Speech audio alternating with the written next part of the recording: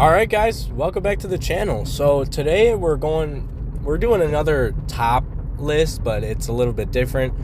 So we have the top 10 most influential games, in my opinion, of the 2010s. So this is pre-COVID era. So as most gamers know, after COVID hit, games just kind of went downhill. A lot of them, at least. And we're really still looking for something to bring the community back together. But regardless of that, the 2010s were filled with the best 10 years for gaming there was. I mean, you couldn't beat what was going on in the 2010s. So let's just jump right into it. There's no point in waiting any longer here, you know what I mean? So at number 1, I have Portal 2. Now, Portal 2 is I don't even know how to describe it. It's a puzzle game. A puzzle game where you use the portal gun to move through different puzzles and rooms, and you have to escape. And it was a great game. So the reason I put this on here was it came out in 2011, and at that time it was a masterclass. I mean, I'm talking about a masterclass in level design and in writing. And even on top of that, they had a co-op mode. And the co-op mode was really good. It really required good communication. And in 2011, that was almost unheard of other than the Call of Duty games. You know what I mean? Like, it was revolutionary. And even going further than that, and going back to the writing, the commentary and the characters like GLaDOS and Wheatley and Cave Johnson, it's some of the funniest, or I think it's still some of the funniest and smartest scripting ever to be put into a game. I mean, it proved that a game based on completely like cerebral mechanics and a great story could compete with any AAA game out there. And I think that's why I put Portal 2 on this list, almost because of it was like the underdog of the story. It wasn't necessarily a tiny studio, but it wasn't a AAA studio making this game, and this game really took the world by storm for a little bit. So I think it just kind of proved that these small studios can compete with these large AAA game studios. Alrighty, so moving on to number 2 or number 9, however you want to consider it, we have Dark Souls. Now, I know it seems like a little high up on the list, but this list isn't really in any order. You know what I mean? Like, if we were making a definitive list, I'm sure Dark Souls would be in the top 3 most influential games of the 2010s. Let me tell you why. Dark Souls created a new genre for gaming. I mean, it wasn't just like building on something or expanding a new genre. It created the Souls-like genre that we know and love today. It didn't just sell difficulty. It made it the point of the game. They told you this game was going to be tough, but the rewards are going to be worth it. I mean, you would get stuck on hours for bosses. I'm talking about hours and hours and hours. But that sense of like the grind and just wanting to beat that boss made people come back. And like, and that shows a lot, because the story of the Souls game isn't necessarily like strong. Like, they don't explicitly tell you the story. It's kind of like quiet and fragmented, and you have to put the pieces together, and that alone like fits the vibe of the game. Just that Dark Souls, like dark and mysterious vibe. And it's just like, and since you don't even feel like you really know what's going on in the story, you feel even less like adapted to the combat, and that's the feel they were going for, is this feel where you don't really know what's going on, and it's hard, and you have to adapt and figure it out. And I mean, it's amazing. you go into a boss knowing you're gonna die 25 times just to learn how he attacks, and then you die another 50 times just to get him to half health, and then you die another 20 times and you finally beat him on the 95th try, and you feel so rewarded. That's what puts this game on this list. Alrighty, next up at number 8 we have Red Dead Redemption. Not 2, 1. This game released in 2010. This game was before GTA 5 and before Red Dead 2, obviously. Gave us John Marston in the Red Dead Redemption world and that old Wild West feel.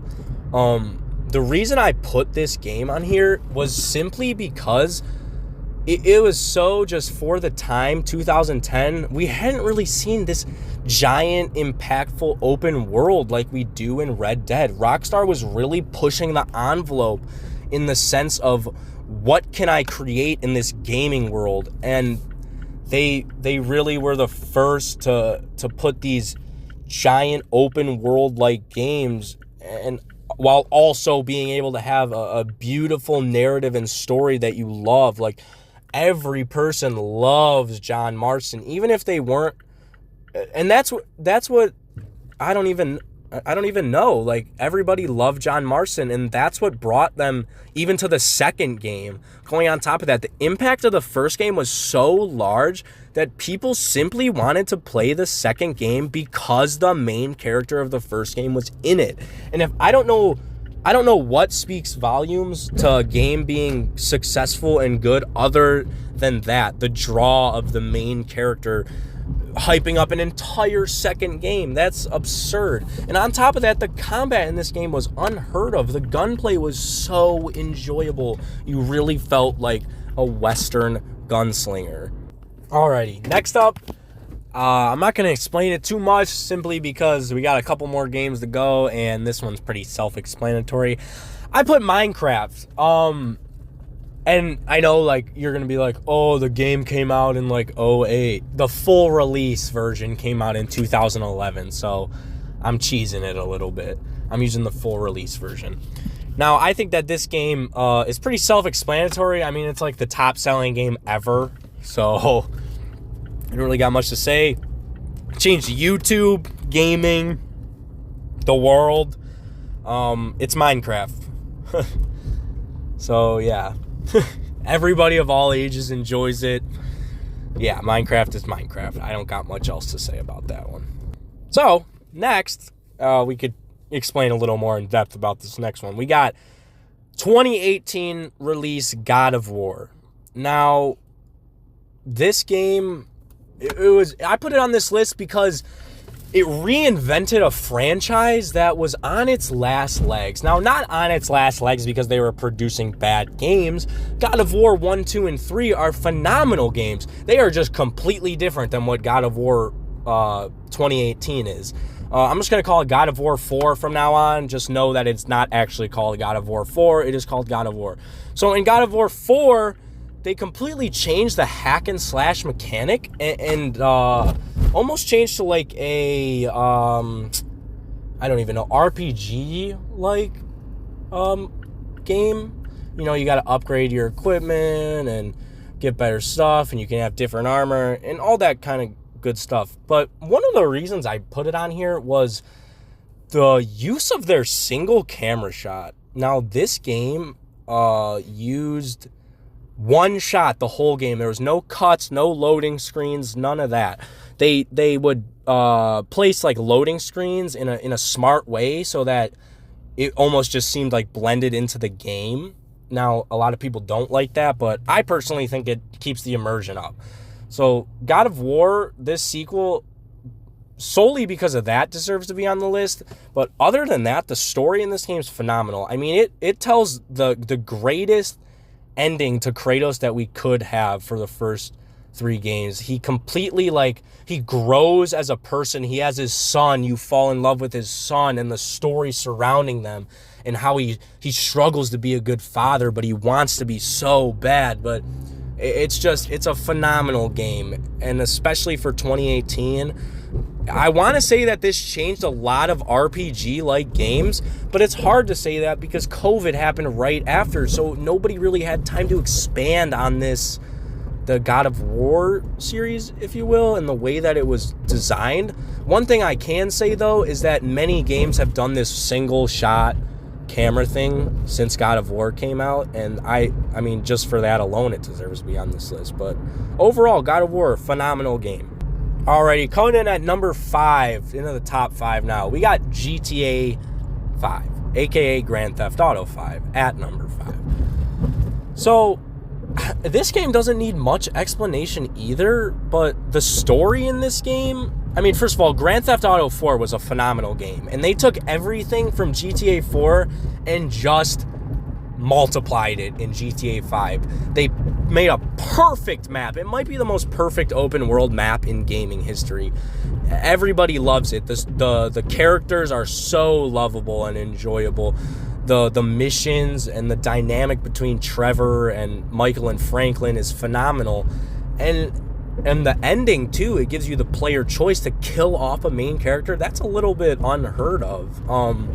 Now, if you're a little bit insane if you chose to kill off one of the main characters, but that's a conversation for another day.